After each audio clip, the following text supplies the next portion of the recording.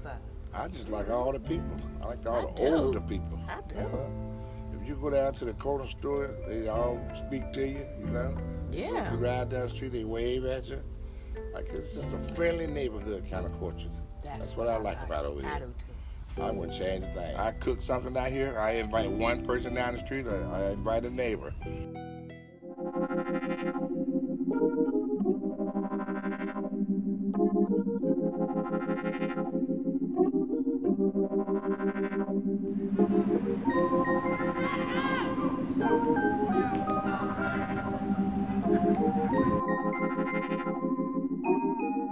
West Side to me means legacy. The West Side to me means tradition. The West Side to me means all things that are about the progress of black people. So that's what it means to me. It means home. It means family.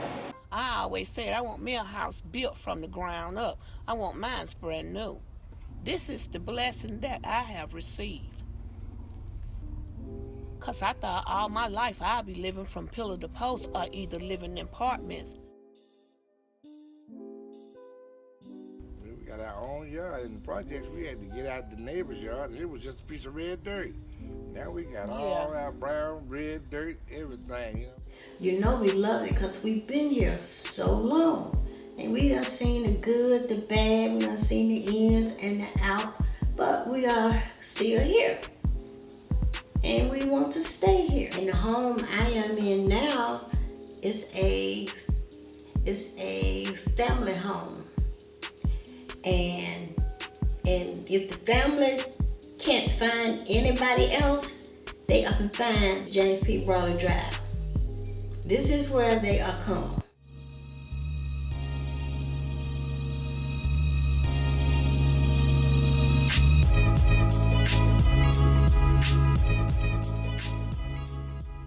Born and raised in the East Avenue community for 50 years. Everything's lovely around here. Everybody respect each other, their parents and stuff. Because if you disrespect that parent, if your mother and father not around, then you're gonna get a spanking.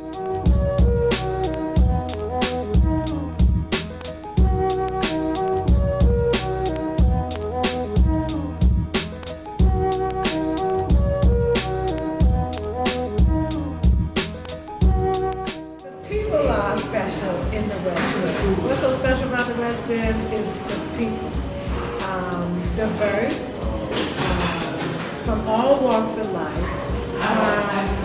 The people who may not have so much walking up and down the street to people who drive all the way from Alpharetta to get our food. Just the characters that you see, the stability of soul beds, being a beacon of life in the community. I think that makes the West End special. There are businesses that have been in this community for years and years and years, and I think that makes it really special. And it has a lot of value here, it has a lot of purpose, it has a lot of rich history. The choice that I made was to live in community. We have neighbors that may be on Section 8, neighbors that may live in their parents' house and it's been passed down for a couple of generations. We have new neighbors that may be in habitat houses or new first-time homeowners. So you have a variety. I'm a resident of English Avenue by choice. I live where the need is for me. I'm a light, and I live where the light is needed.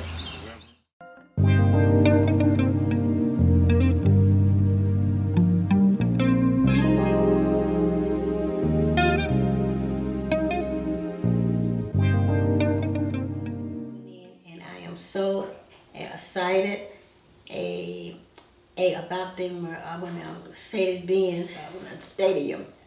Our neighborhood is going to be upgraded to match them. I enjoyed them building the new dome. I think it's going to be an improvement for the whole city. I say it is. But it ain't helped the neighborhood over here. It haven't. I remember they said they was going to improve the neighborhood.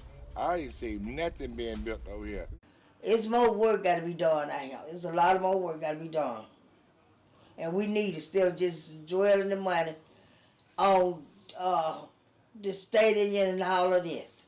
My nickname for the dome is Godzilla I don't know if you remember back then, but they'd be pointing to this big monster coming at them. And that's the way the dome was to me, like this big monster. I've known about the new stadium since 2008. I accidentally stumbled on that information when I moved here. And because I'm a 50-year political activist, I know what it means when stadiums are coming.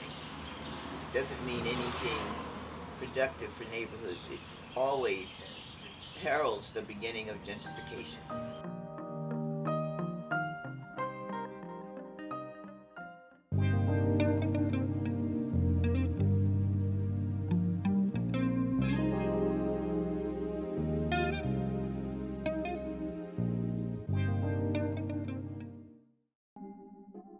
Gentrification is a word that's used to describe that process where a neighborhood starts to get better.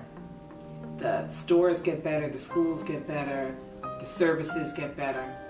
And in that process, the residents who have lived there and made that neighborhood their community for their lives begin to get pushed out by a new set of residents. The neighborhoods that we've lived in all of a sudden are deemed as unsafe and people have to move. And then there's the dynamic of further deterioration with deliberate, intentional influx of drugs. I don't see plenty killers, I don't see shooting, I don't see everything. When we first got here, we had to run people up in front of our house. They want to do drugs and everything. From the first year I was here, I used to hear a lot of gunshots. I used to hear about violence all the time. And as the years progressed, that slowed down.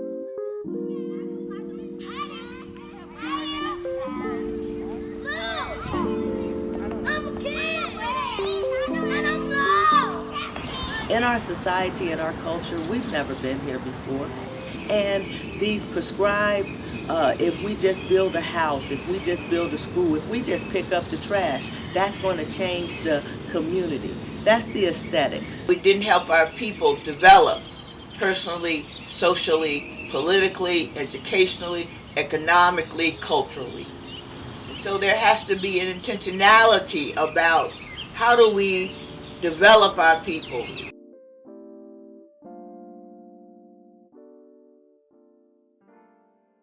I think a lot of these communities have tried desperately to focus attention on housing and the importance of housing, because it's no good to concentrate a whole bunch of resources in a place where people's housing is insecure.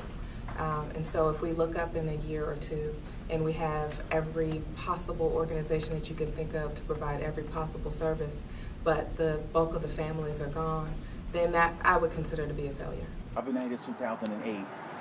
I know some people who've been here actually longer, for over 20 years, and they said they've seen the changes happen as far as, the crime or the blight, if you will, these abandoned lots, these abandoned houses. These things can't stay like this. There's no progress in that, so I'm definitely for the progress or for the progression of revitalization. It's like, I think people want to be able to get rid of the blight, because there is a lot of blight. They want to have a lot of the same amenities folks take for granted who live in other parts of Atlanta, in terms of parks, in terms of roads that don't have potholes, lighting that works, access to coffee shops, all these things that other folks have and you don't have here. What I think is so catastrophic about gentrification, specifically gentrification as a catalyst for displacement of Black and brown people in communities like the West Side, is that it reinforces these negative emotional attachments or associations to infrastructure, to built environment. What it says is, you are, I am, we are only and can only be boarded up houses, abandoned buildings, and deterioration. The fancy new coffee shop is not for you. The shiny new big building, it's not for you. It is not who you are. From our perspective is, how can we work with both the residents that are here and the new folks that want to come to create a more inclusive neighborhood that looks like a lot of the other neighborhoods in Atlanta and has a lot of the opportunities other neighborhoods have in Atlanta. We don't want it like Buckhead. We want this neighborhood. We want we do. houses. Yes, we do. I don't want no Buckhead. They can put new apartments over there. I don't want all that. And I think if we was to pull together and get them to fix these houses, still talking about tearing them down, you know? That's what they need to do. They need to fix these houses because they are beautiful houses. Okay. The bathroom's falling apart. The kitchen is gone. Okay, I need it all fixed. And Arthur Blank said they was gonna fix it before the Super Bowl, and here it is, way after the Super Bowl, and ain't nothing's been done. But people coming through my house, taking measurements, and I ain't got a damn thing done. I would just like for somebody to step up to the plate and fix my house like they promised. That's what I would like. The Arthur Blank Foundation, they show up because they have a plan for what they believe we need. You can't get into Arthur Blank. Every time I ask for that man's phone number, his assistant's phone number, won't nobody give it to me. They just pass the book around. And I've asked a bunch of times. You know, I don't know what's going on over there. I would like to talk to that man personally, you know. Super Bowl built my house. And he's the Super Bowl man. He could have came in there and fixed this house, and I could have been a happy man, you know. Laying back on my pallet out there, barbecuing. I ain't doing nothing. Worrying. One of the central challenges we have is concentrated poverty. Well, you got to deconcentrate it. Well, that means you have to have new folks moving in to help deconcentrate it. As it relates to the west side, as the city grows, really the growth will likely be on the west side and the south side of the city.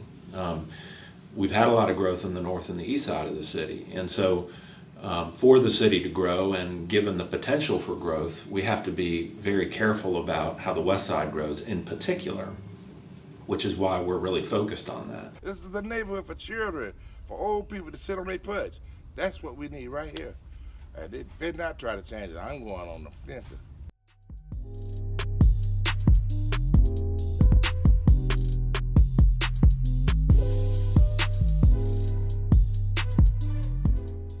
There's a point at which the neighborhood begins to come back to life and it's still affordable, right? And then there's a point at which it tips over. I'm afraid to stay here because they now bought this community, this whole block, okay? And I'm kind of afraid to stay and I'm kind of afraid to go. I don't know what to do, you know, because the rent going up so high. The condition in cities where low-income people are the most susceptible to displacement or the negative impacts of growth is also nothing new. That's always been the case in cities. And what we have to do right now, and we have this opportunity in Atlanta to do right at this moment, is put in place what would be kind of unprecedented measures to ensure that displacement is minimized and potentially even forcible displacement is eliminated. 8% of the people who live on the west side in these neighborhoods own their homes. So over 92% are renters. We don't have any opportunity right now as it relates to rent control type stuff in Georgia. I mean, that would require change to state law and those kinds of things, which the community may decide is a good idea and worth it to do that for Atlanta, but that would be quite an effort. Investors come in and they know that this is the next hot neighborhood, so they buy up these, many times investors own these slum houses and the city does not get on them in the way they should, and they're just waiting so that they can sell that land to other investors at a greater price because they understand what's happening in the city before we know it. They offered me $175,000 for this home, and that is crazy because I remember about 3 years ago this home wasn't worth more than $35,000. People on fixed income. Why go up on the rent that they can't afford? Then they be outdoors. The amount that you're paying for rent, usually in an apartment, could possibly be paid to own. The problem is people don't have that down payment, and the problem is that often people don't have good credit. The problem is that people don't have employment. You have to have employment for a bank to give you a loan.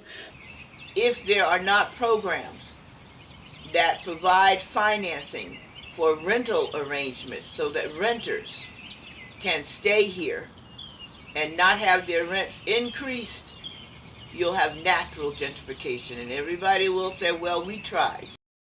Atlanta is not doing very well in eliminating the disparities between people who are caught in poverty and people who are doing well. And all of those issues, unstable housing, unemployment, schools that don't work, health disparities, health services that don't come to our communities, all of those things are ways of segregating us from everybody who's doing well. I do want to be explicit about saying Black and brown communities have historically been ignored, neglected, isolated, and alienated from decision-making processes, right? So unfortunately, these communities, our communities, we don't even understand what agency looks like. We don't understand our collective agency, our decision-making power as a group. Oftentimes our population are referred to as like low-hanging fruit, and they're hard to retain, all of these things we hear, but we believe that they deserve the best interventions at the highest level, the same way that someone would get in Buckhead. When we say that it's racist, they don't understand. The racism of today has become so institutionalized and insidious that it's hard for folks to see it. Racism or matters around race may be the most important issue of them all as it relates to these things. And I don't know of a good forum on that issue right now. I'm not aware of any. So, I mean, it's, you know, where you're really confronting the reality of that. I'm not familiar with that happening. Everything on the West Side, it has a racialized context. I think you just got to be, it is what it is, right? And you got to be cognizant of the fact, because, you know, part of why you have what you have on the West Side is a function of concentrated poverty and a function of structural and institutional racism, right? And it's a perpetuated stuff, and it doesn't matter if Atlanta's a majority Black city. It's within the United States and it's within the Deep South, and that's just the nature of the beast. Gentrification is a product of racism. So, the thing that we have to look at with developers, what do you want to give back if you say that this is a community that you can develop or redevelop without displacement? What are you prepared to contribute to what our vision is for our community? Are you prepared to talk to all of us, not just certain segments of the community? It seems like you have to be in the know in order to know when a meeting is happening. There's some meetings that, let's say, happen on Tuesday at 9 a.m. at some building. That's like, that's not conducive to everybody. We might have to just go straight grassroots with a flyer just on every single door and say, all right, neighborhood meeting this Saturday at whatever o'clock, you know, at whatever place. I really think that will get more people out, that, you know, they would actually know that something is going on. The first piece that we said we needed to do was to go and start kind of surveying and getting a sense of what was going on. This predates the conversation around the Falcons, or the public conversation around the Falcons Stadium. And what happened was, you know, we just went to a number of different meetings, introduced ourselves, talked with people, told them what we were trying to do, and tried to kind of build something that was organic and also very ethical, that we wanted to move away from this idea that we could identify the community's problems and identify their solutions.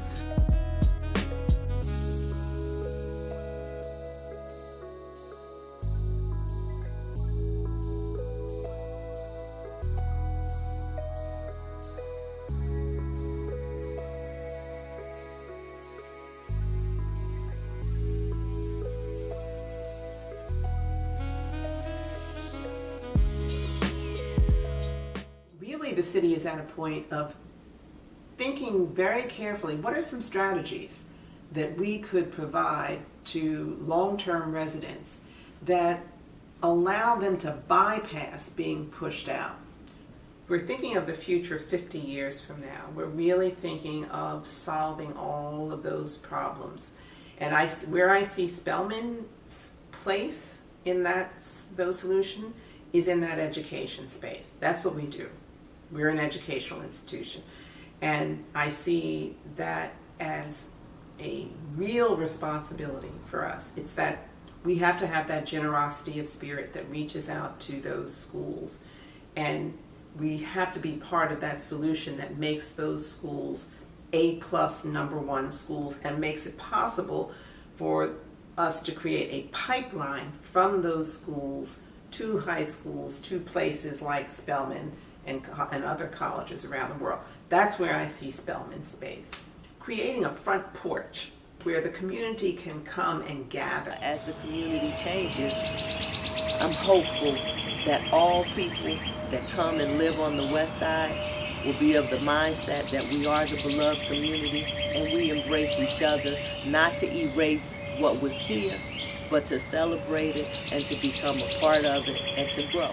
In the institution, we embody a place where people can be involved, a place where people can come and partner, not to take over the community, but to really lend a hand and to be in relationship with other people. First thing we need to do, we need to bring some community centers right here. Community centers right here on Simpson, right here on Ashby. We need community centers for children to go. Not just after school programs. This place should be open all the time for anybody that need help. We're just showing our youth the importance of, we have youth who stay here, who stay in these streets. So to take initiative, they have friends, they might contribute to some of the trash, or showing them, you have to clean up your house, and not expect someone else to do it. So Park Pride put together a vision for a series of different parks on the west side. We did this in conjunction with the community, so the community actually led the effort to look at how we develop our parks on the west side. The west side is underparked. We don't have as many parks here as in other parts of the city. And when we started talking to residents in the community about their needs for a park, we heard from the community that the flooding issues were of great concern, and wanted to know if parks could serve as sponges to absorb that stormwater and also respond to the lack of places for kids to play and to recreate. For them, we help to teach people how to grow food. And we have a community garden right here in Vine City where we're at right now, but we also go into people's homes that can't come to the garden and put a garden bed in their homes. So for us, or for me and for the organization, the movement started with having a place where people could have good food. So by growing it, it's good. We need more jobs. There's no, okay, we already living on Ashby and Simpson, but there's no restaurant. We have to be bussed outside of this community in order to make money, so that there's no restaurants, no businesses that's really locally on this block in the 2-mile radius for real that we can populate and make and generate our own money so we can have a fighting chance to stay here. Dollars are spent here, but the dollars don't stay here. They go to businesses that are not owned by people who live in the community.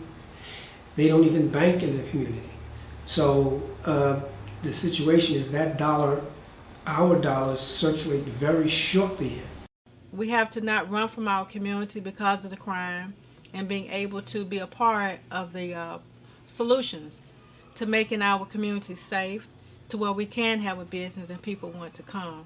And in order for us to save our community, we have to be a part of it. It's no way around it. The truth is, I think that we all have to worry. It has to be something that keeps us up a little bit at night, that keeps us on our P's and Q's.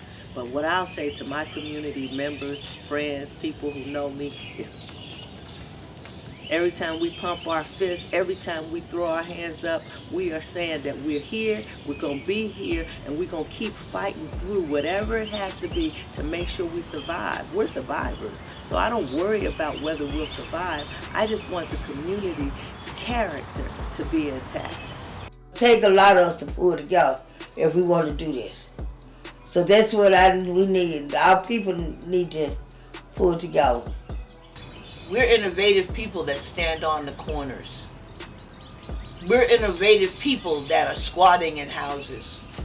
We have gifts to give to rebuild our community.